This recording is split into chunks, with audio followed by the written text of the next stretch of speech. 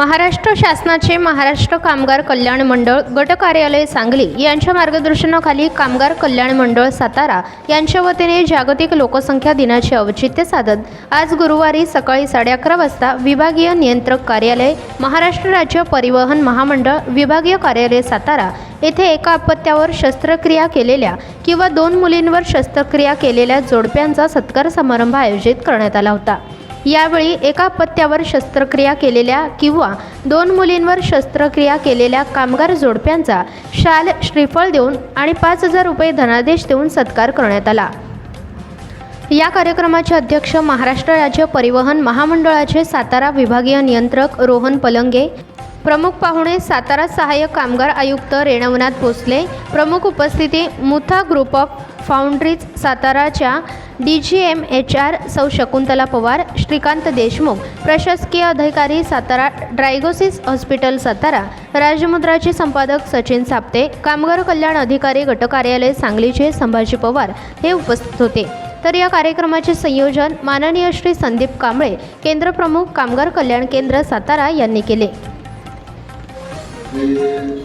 महाराष्ट्र कामगार कल्याण मंडळाच्या कार्यक्रमाचा अध्यक्ष असा दोन्ही प्रवास करणारा व्यक्ती म्हणून मला खूप आनंद होतो।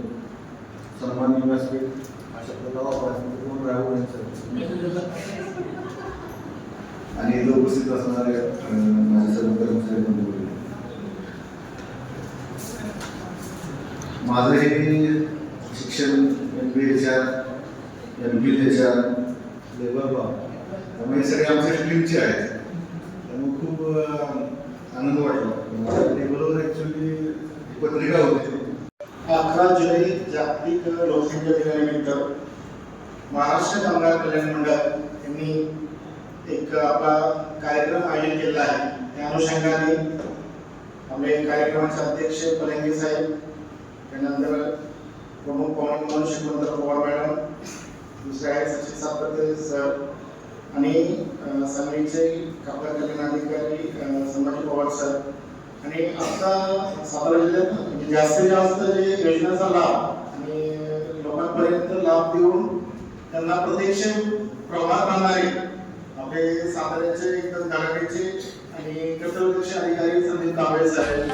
ॲक्च्युली सातारा तर कामगार कल्याण मंडळाची ओळख तर जास्त निर्माण केली असेल तर त्यांनी कांबळे साहेबांनी निर्माण केलेली आहे। ती लोकसंख्या दिन आहे, तारीखचे आकडा आहे 1-1, तर त्याच्यातून आपल्या सगळ्यांना माहिती आहे की आपलं जे कॉन्ट्रिब्युशन याच्यामध्ये काय केलेलं आहे।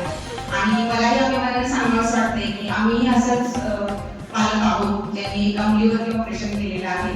आणि आता जो काही कार्यक्रम आहे त्याच्यामध्ये तुमचं सर्वांप्रमाणेच इथे उपस्थित असणाऱ्यांचं जे काही योगदान आहे ते अतिशय मोलाचं आहे।